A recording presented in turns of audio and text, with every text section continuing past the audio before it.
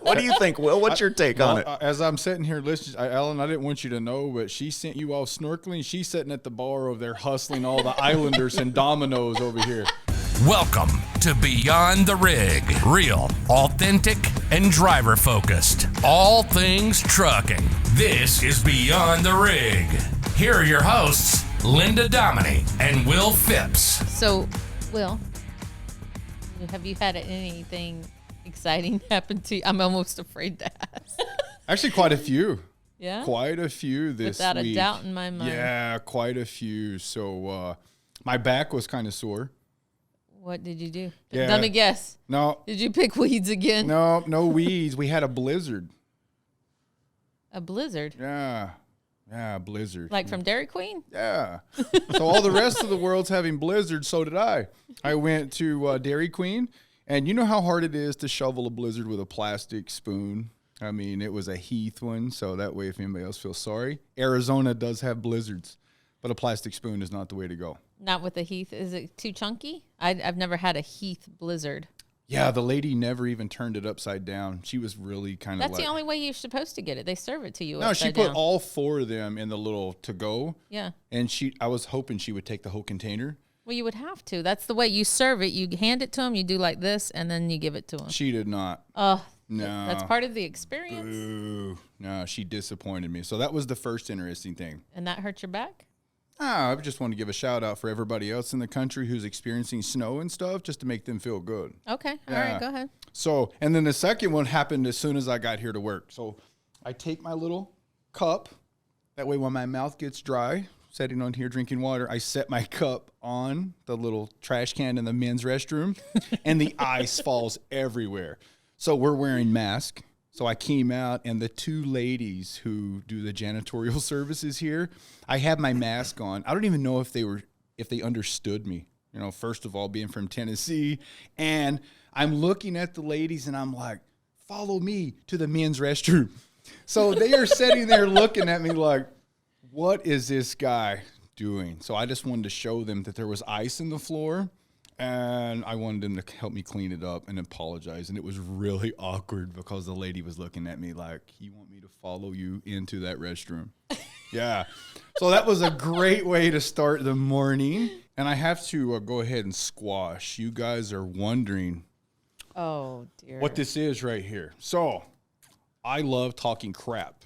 Okay. So someone actually got me a roll of toilet paper, and it was very unique, and I have no idea what this was. And What I does started it looking. say? It says number 2 on the paper, and it says 100% bamboo for toilet paper. And I'm thinking, number 1, how in the heck, if you're in a jungle, are you going to use bamboo to handle your business and clean up? Hey, and for those who are listening, what he's holding is a roll of toilet paper that is covered in some type of paper, Bamboo leaves. wrapping paper Yeah. that has bamboo leaves on it.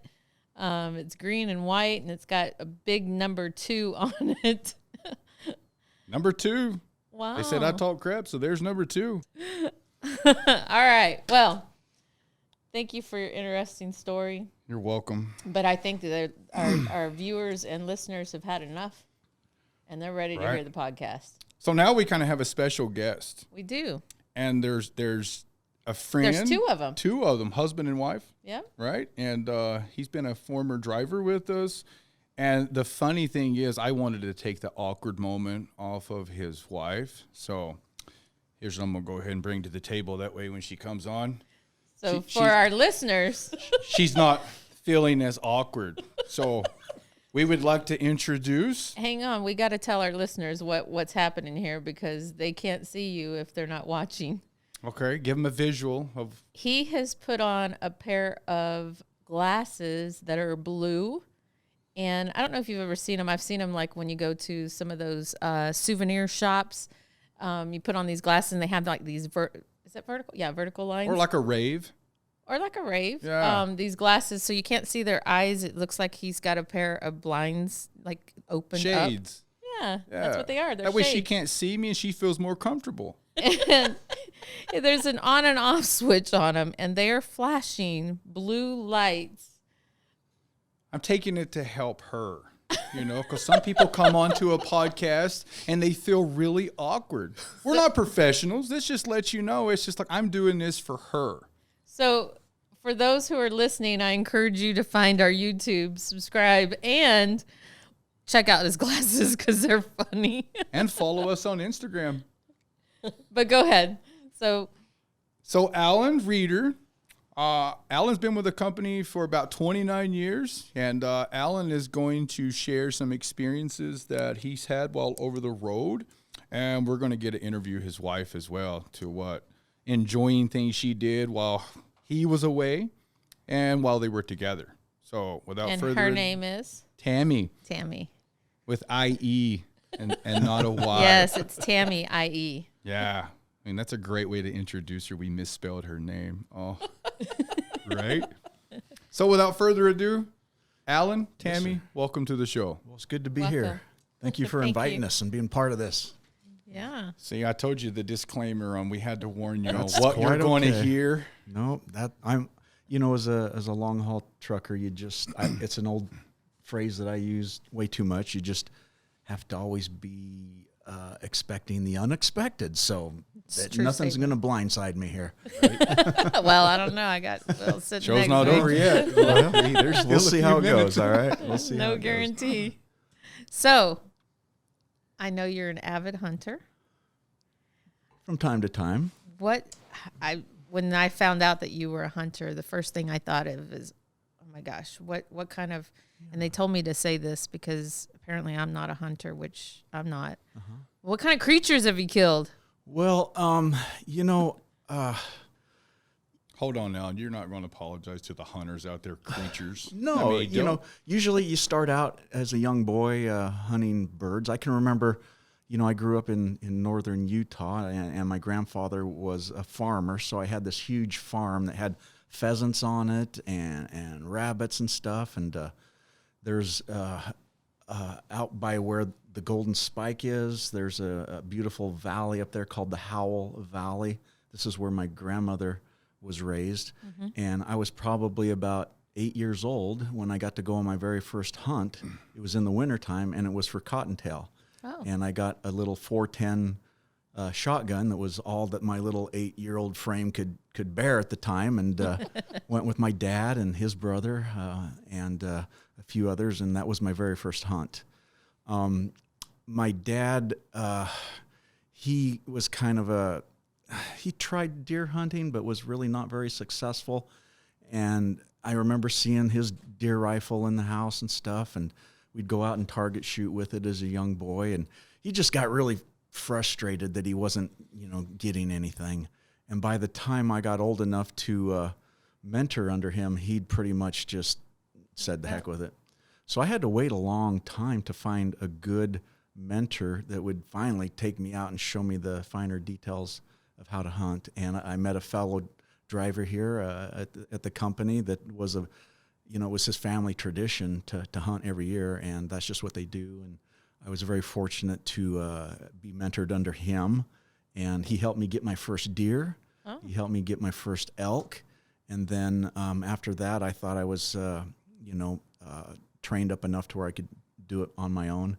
And I was able to go on, and I invited my brother to join me on that hunt, and I was able to get my own deer by myself, as my brother kind of tagged along. Yeah. So I got a younger brother. He's about a year and a half, and he's always my sidekick. And if anything else, he just kind of helped me with the muscle to drag it up the hill, Yeah, so, for sure.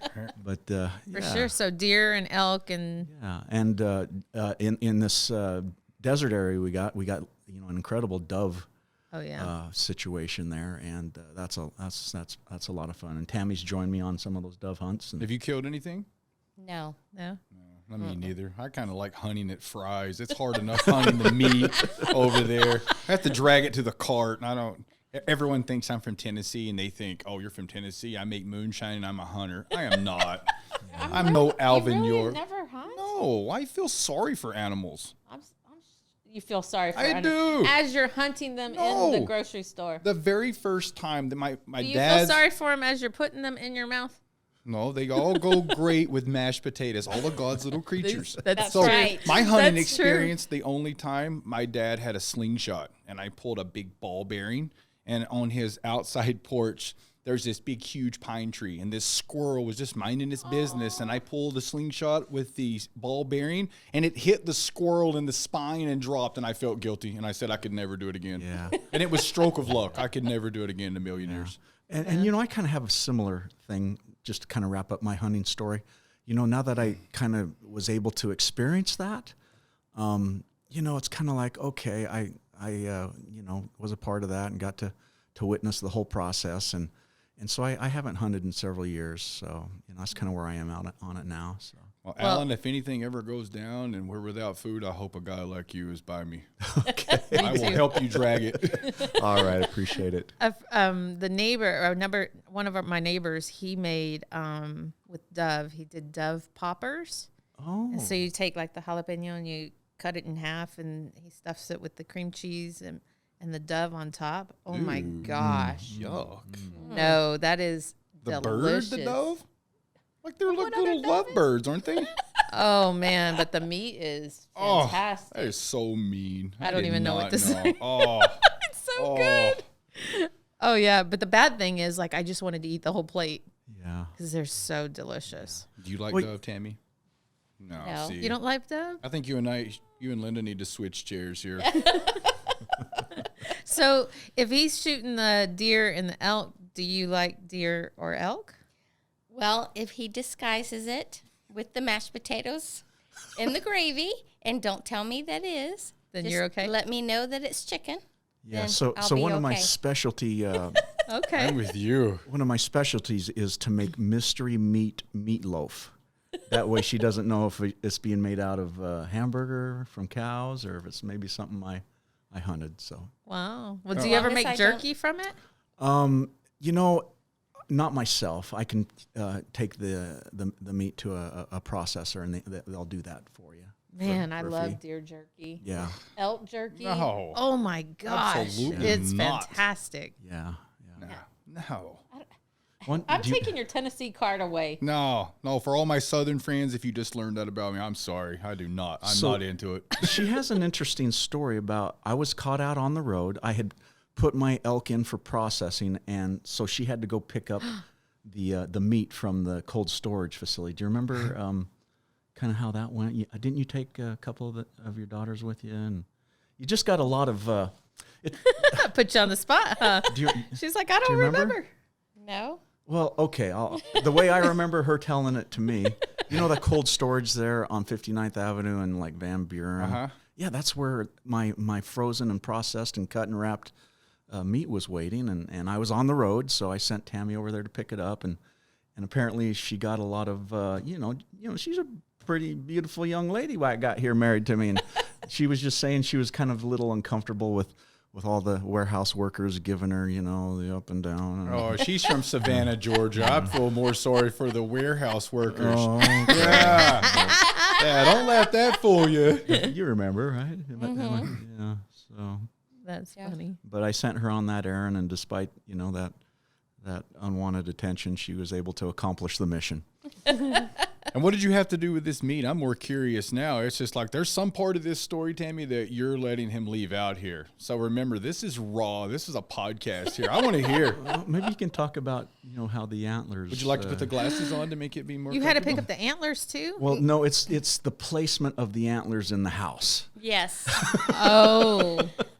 Well, we've been married for 21 years, and he, he said that he could, I could decorate the house how I wanted it, and he takes care of the outside of the house. And I said, great, no problem. So then he started getting all these animals, and so I told him, I said, okay, I'm short. I said, anything above my head is your area. So everything that we have hanging on the walls that is his is above my head, so I don't look at them. There's still we have like cathedral ceilings in our home, and so in the living room, there is a reserved space, and like somebody coming in for the first time, they would see my future moose that I'm going to hang there, you know. Oh, wow. You No, want a no, no, moose? no, no, no. See, and this is the argument we have. She's not too But when keen he on goes that. to That hunt thing's that, huge. look here.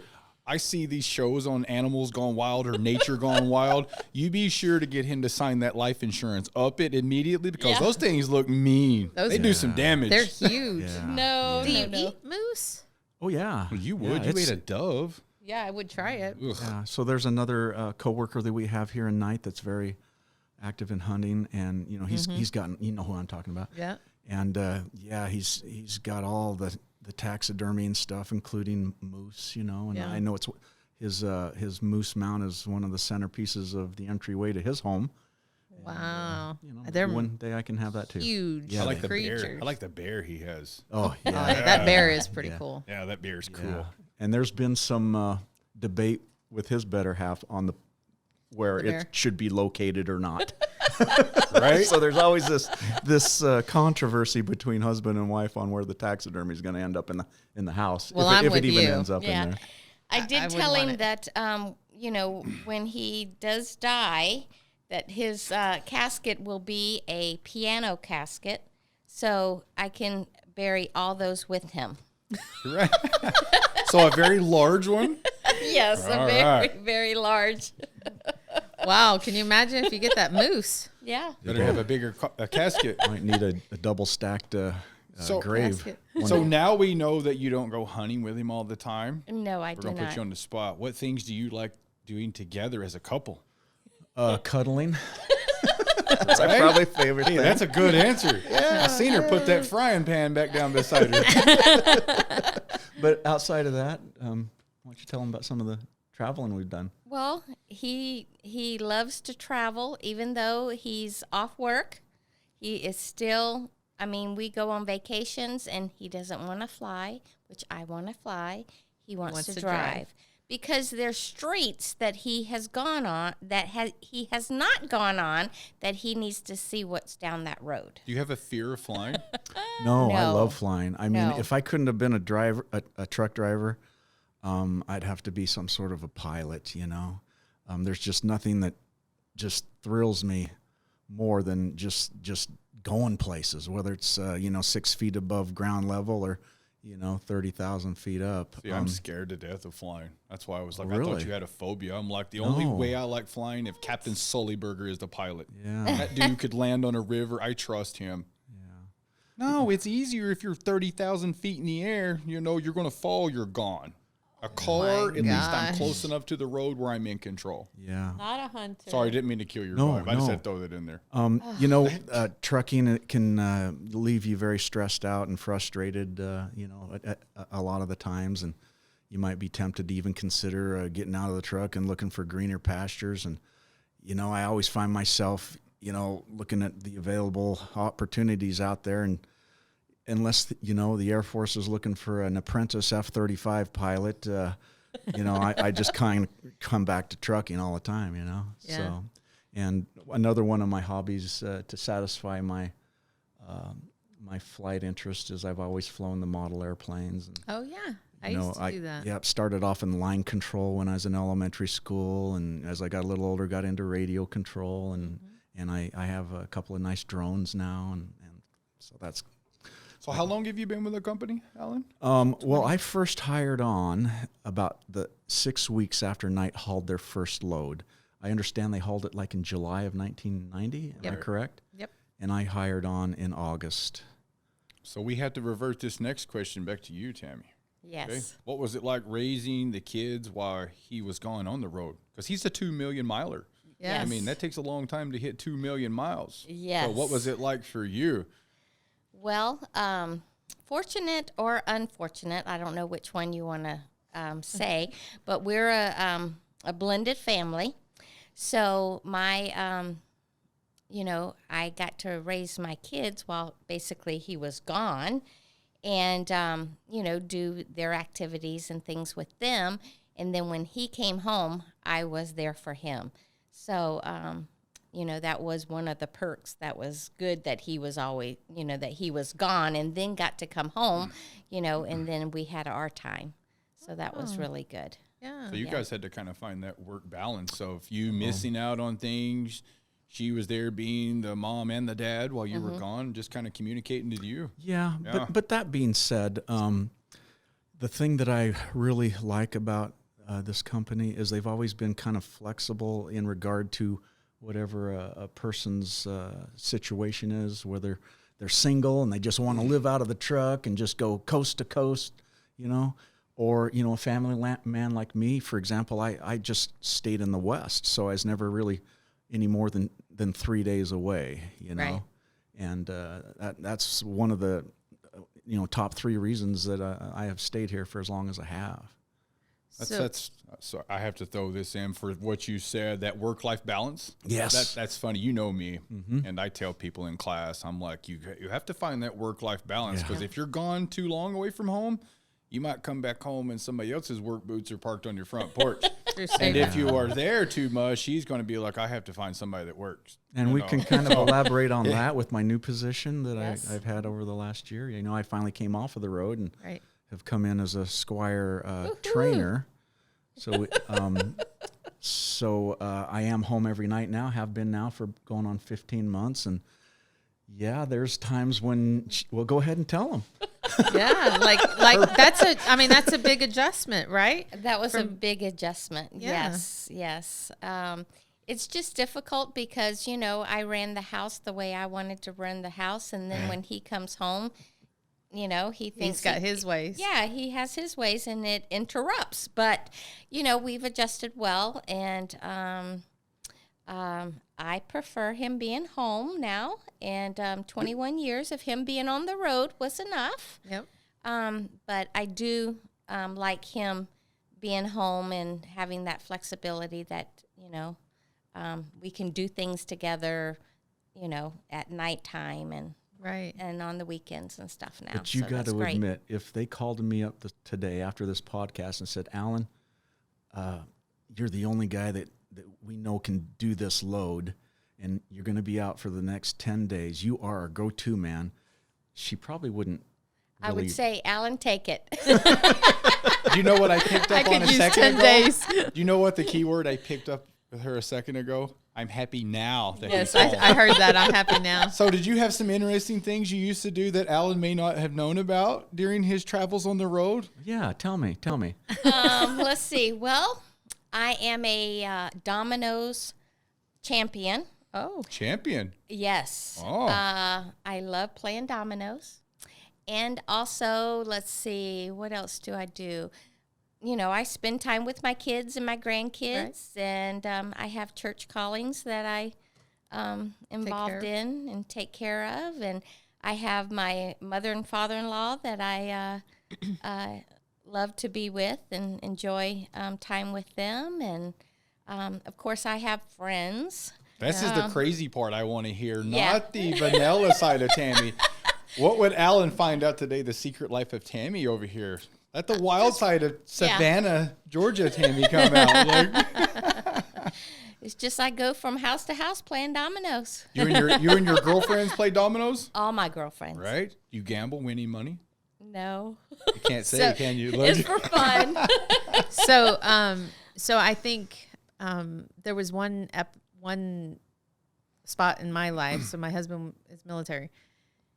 He went to Korea twice for a year at a time, and the second time he went was the hardest adjustment for him to come back into the house, and it was because the kids were a little bit older, and so I think I probably can understand some of your reservations there, because I know when he came back home, I was happy to have him home because I hadn't seen him in a year, right? Right.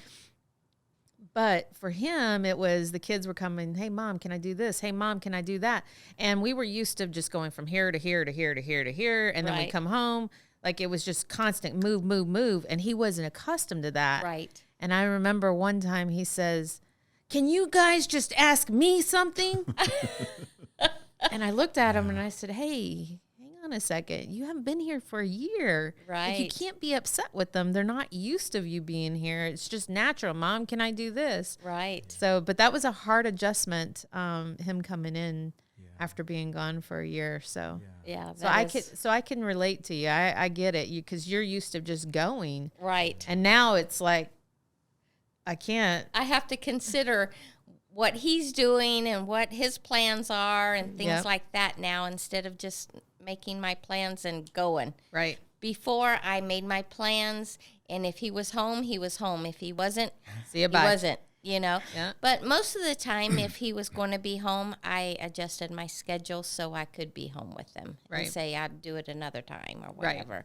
But, yeah, it is much better to have him home now. And if I could just congratulate the both of you, you being a military spouse, my wife being the spouse of a long-haul trucker, it's tough.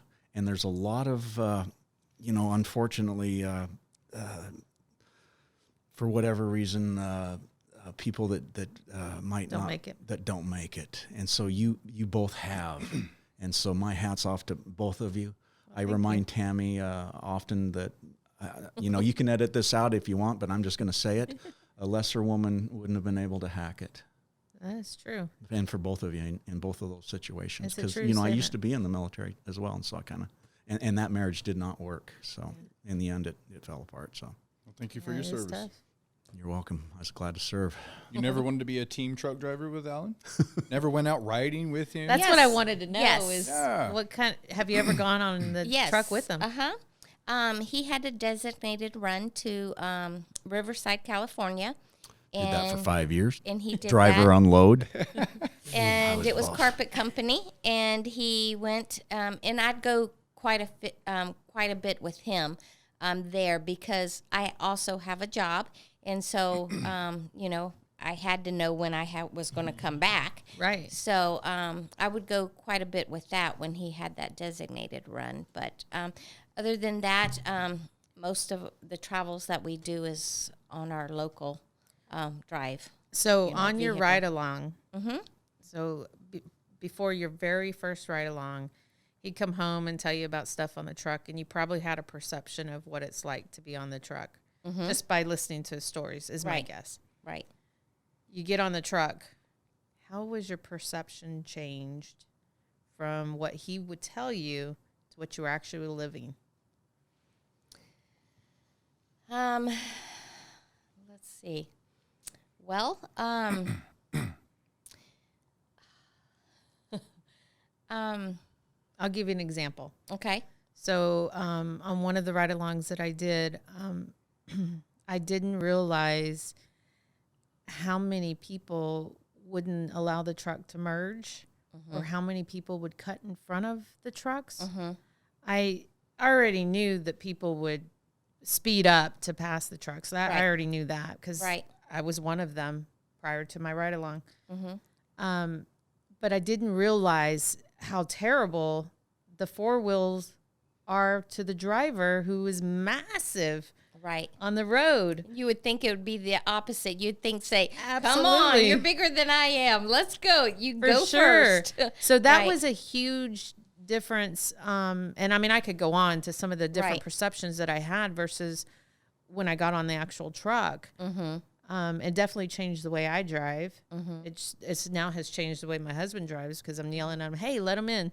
Right. Scoot over, let him in." Definitely. And Linda speeds everywhere she goes. I do. I'm a speeder. Well, I do have to say my husband is a very professional driver. It is hard to drive with him. I am the worst backseat driver when she's at the wheel. No, he's not backseat. He's right Right next next to me. And needless to say, your hands on the steering wheel is not proper. Have you looked at your speed? Have you looked at your windows? Have you looked at your mirrors? Oh my gosh! It's awful. I mean, really awful. Oh, come on. This makes you a better driver. It makes me a better driver. And a safe driver. He's a very safe driver. He's very, I have to say that, Can you repeat the 5 Smith system keys?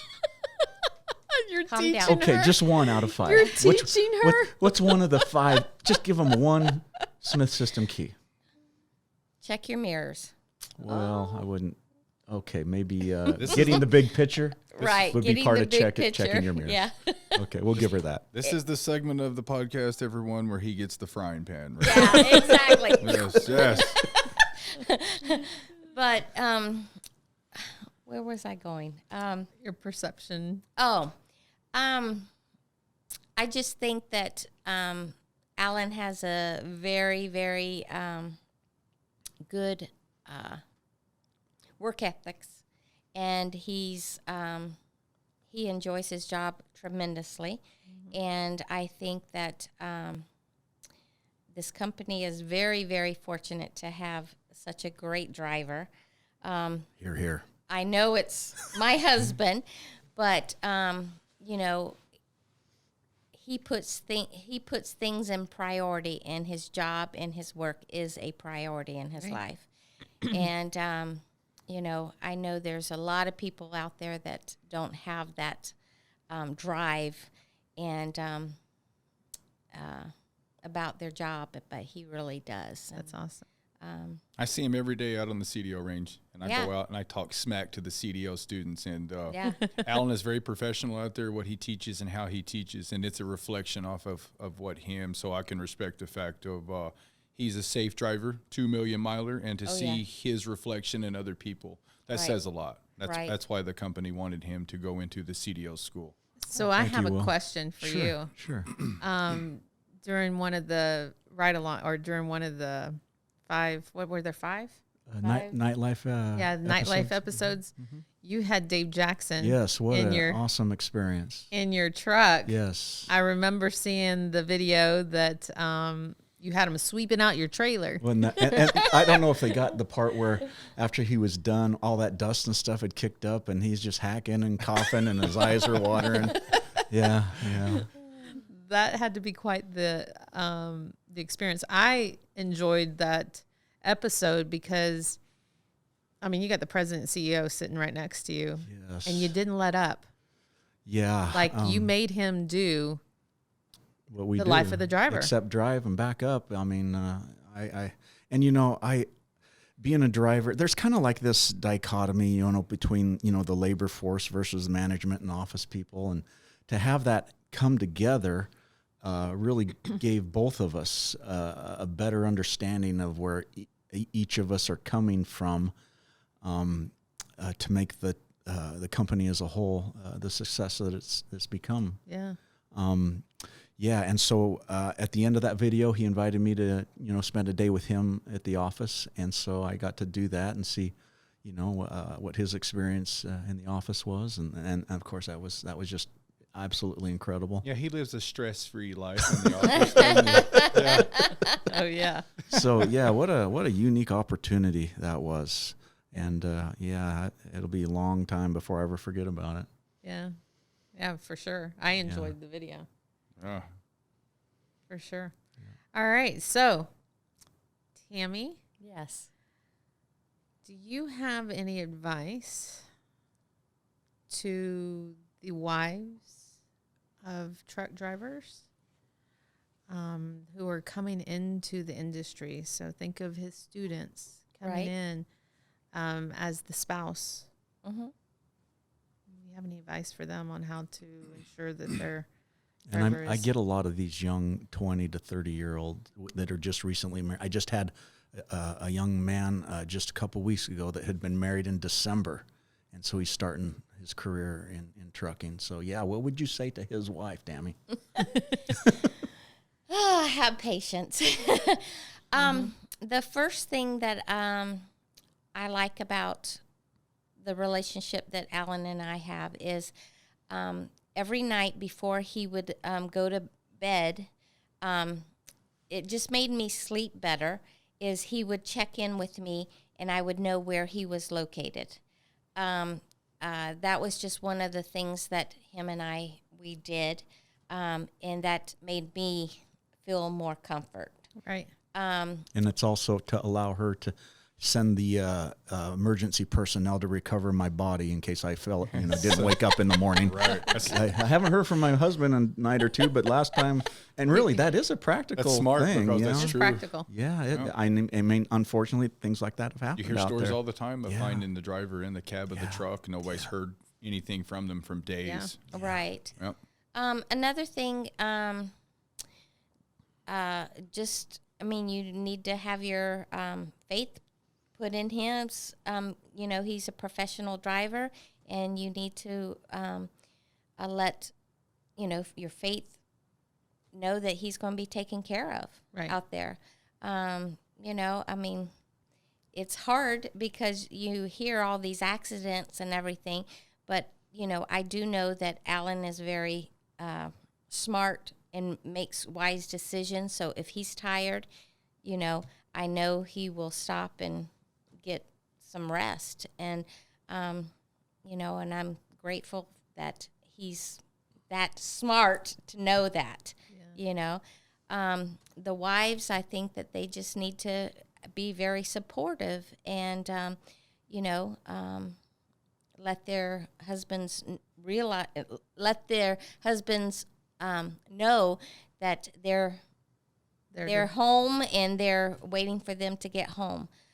So it's not like you want them to get home immediately, but you will be there when they get home. Yeah.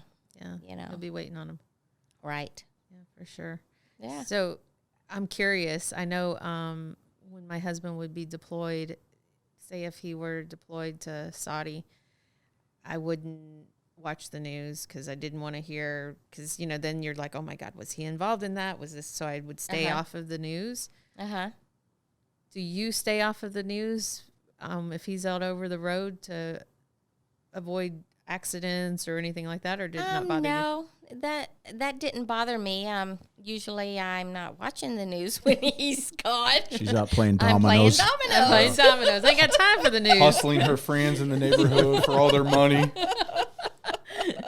Yeah. And I love to shop. I'm a shop. Off the money, I'm a she shopper, hustled too. all her I friends. love to. I mean, no, I can go to stores and spend, you know, a lot of time Me and not too. come home with nothing. Me too. I can shop in any store. I've never Yeah. been in a store I couldn't shop in. That's right. Yeah. Yeah. And he just, you know, Alan sometimes don't understand how I can go to the stores and not come can I home with anything. expand on this just a little I bit? love to shop. Me Remember too. the frying pan, Alan? I know. I Still know. over there. So we have been enjoying regular vacation time in Hawaii over the last about 10 years now. And so the last trip we were on was November a year ago, and it's like the last day there, and she's got two of her friends there. I got my son and his wife there. And we go down to old Lahaina town, and of course they want to go to all the souvenir shops, you know?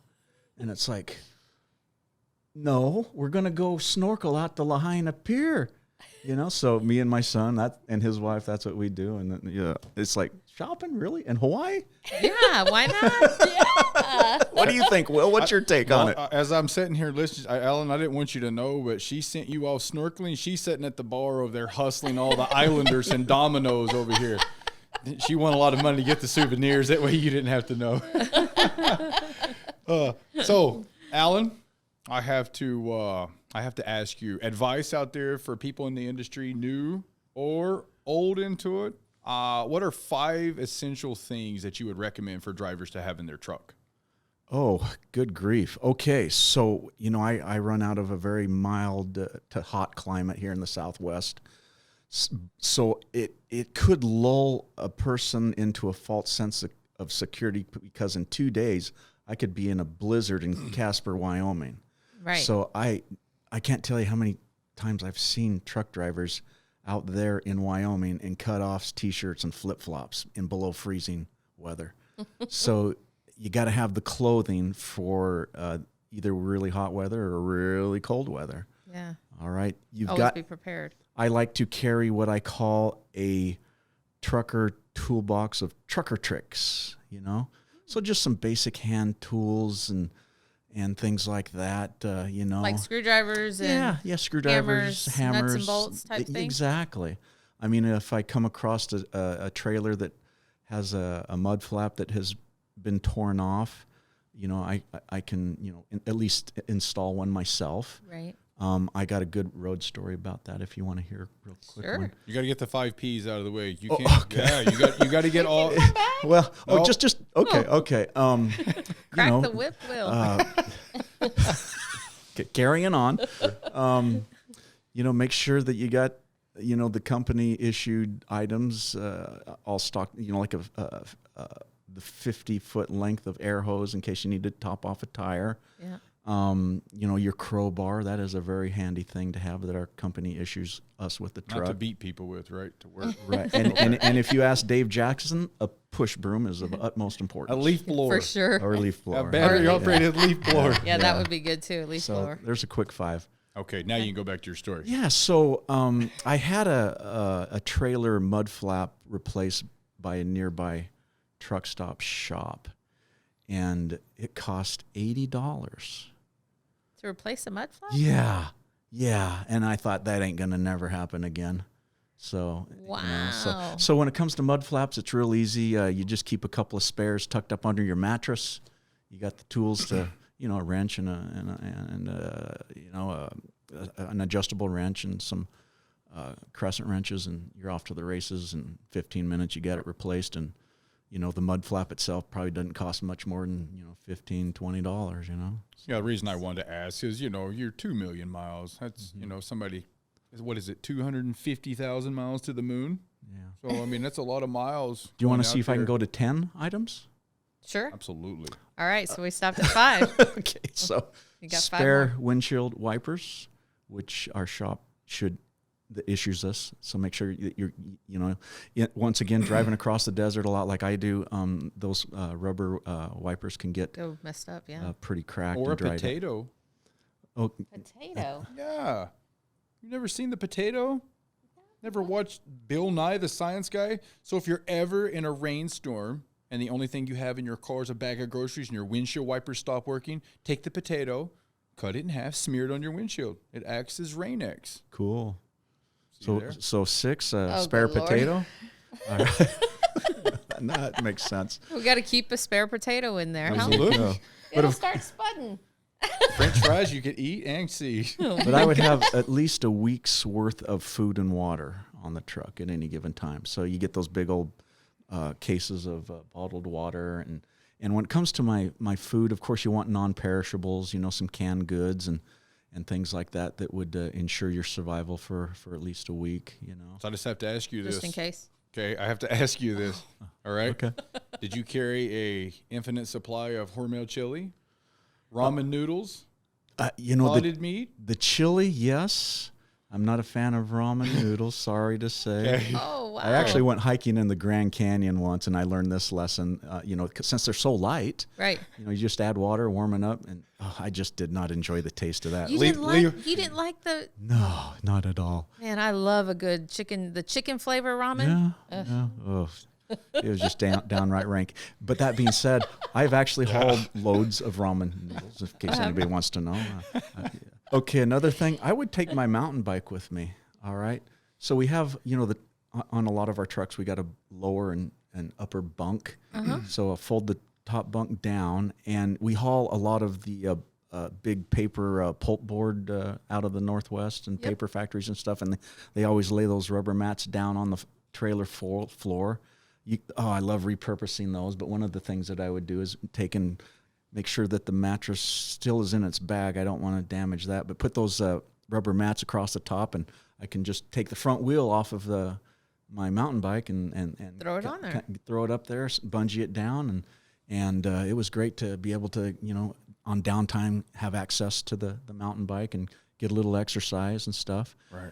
I notice a lot of guys just strap them onto the back of their cab, but that exposes them to all the weather. I've seen them that's crushed true. when the Yeah. fifth wheel is up too far and they crush their bikes taking a corner. Yeah, and actually His guitar too. my guitar, yes. Oh, so you like to play a little guitar? So here you know what you could guys tell her. have I don't all know if these she- things we talked about here, and we were almost going to let him off the hook this easy. So Alan has a very special talent that not one of you has even brought up.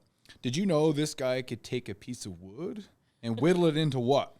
A really nice ukulele. Yeah, Really? yeah, absolutely. Yeah. So let me expand out on that. So when my dad graduated from college and got his career started, we got relocated here to Phoenix when I was just 9 years old, and he became a college professor out there at Glendale Community College. My dad has always been a guitar player, and one of his colleagues over there introduced my dad into lutherie and guitar building. Oh. And so I was always, between me and my brother, we've always been around my dad while he's down at the shop, building these guitars. He would have, a lot of time off in the summer being a teacher. And usually he could produce a guitar during his time off. And my dad retired about 8-9 years ago and had a shed built in his backyard. So he's got a lutherie shop back there. I guess it was about 4 or 5 winters ago, I decided just to avoid a couple of months of driving in the winter. And once again, it goes back to the flexibility of this company. And I was able to afford it. And I took 2 whole months off, January and February, and went into my dad's shop. And under his tutelage, him and I were, and really he kind of showed me what to do, and I did it, and produced a pretty sharp-looking baritone ukulele. You think maybe is it okay if we get pictures, for people to see? Absolutely. Out there? Okay, Absolutely. perfect. I wanted to ask your permission because it's cool. Every Friday they have a jam session in the CDL student room. Yeah. There's like 4 or 5 of them in there, and it's the coolest thing. The I didn't morale, know. they're in there, man, and the students just think that is the coolest thing. Yeah. So does that mean you sing too? No, but I got to tell you, every once He in a while sings to me. we'll get a student that has singing abilities, and they'll join in and sing, and boy, that just adds a lot, just that much more fun to the experience. But So this means I need to show up on Friday? And sing? No. Oh, And join in and jam in the jam session. all I heard was she's going to sing. that's what I heard. Yeah. Bring a kazoo or something. A kazoo? Anything would help. I can play spoons. I'm from Tennessee. That would add. And of course, Right? and of course, one of my fellow instructors is at a professional level. He actually hires out around town on the weekends and offers various bands that need a bass player. And we've gotten to go out and see him perform. And what an amazing talent he is. Oh, wow. And even though he's a lot younger than me, I mean, his musical knowledge is just vast. That's my Kentucky buddy. This is the country music that Linda put a blast on here on one of our episodes. What? Yeah. That's the so we'll give a shout out to our other musician that Linda doesn't like that style of music. Well, he can I'm play not a anything, Johnny though. Cash. Oh. Yeah. So maybe we get him on here just Yeah, get him and his wife. Yep. Oh. That was on the this or that episode. Yeah, I saw that. Yeah. You know what, guys? It's been a blast. Tammie, it's been an honor getting to meet you. Thank you. And thank you very much for being a good sport, Alan. It's always a pleasure, man, Always a to have pleasure. conversation with you. And very good to hear positive stories from both of you, that you were both successful, in the trucking career. And hey, you know what? I wish you guys a lifetime of happiness, honestly. Thank Yeah, you, Will. thank you. Successfully coming back into the home Yep. Yeah, every day. Yeah, it's been a long time coming. Yeah. Yeah, That's awesome. So it's been a big benefit and a blessing to us. Absolutely. Absolutely, guys. Well, do you know what that means? Well, by the sound of it, I think it's one more story with Corey. One more story, Corey. I got the popcorn ready. We got a big bag. It is. My mouth is watering already. Would you like some? Yes, in just a moment. Kind of hard to tell your story with a mouthful of It popcorn. is, but it's worse to pick your teeth on camera. I know. Why didn't you Right? tell me that before I ate popcorn? No Just close up. smile so like we're good. this. Yeah. Yeah. It never ceases to amaze me about the diversity of the driver population and their backgrounds and their interests and their training. So my story today is about one of our fellow drivers in the industry. His name is Paul. And driving was his second profession. His first profession was an accountant. Really? So he got his 4-year degree in accounting and spent 20 years working in that industry and one job or another. And then had a big change of life, went through a divorce, and decided he wanted to have another career. Well, since he was a little boy, he thought of big things like trains or trucks. And he talked to a friend and he said, hey, you have to have your name on the waiting list to get on with the railroad. So the next best thing was he got his CDL and started driving and found another love, of course. And so very interesting that he's accountant and a driver. And he uses his accounting, and it shows through, because with the company he's with, he made sure he went on the IRS tax tables and the state tax tables to make sure that they were taking out the proper tax out of his check. Of course. Why Didn't wouldn't want to he? be in that vortex of trouble. But the cool thing about Paul and his story is the type of person that he is. Two things. Remember we talked about Good Samaritans? Mm-hmm.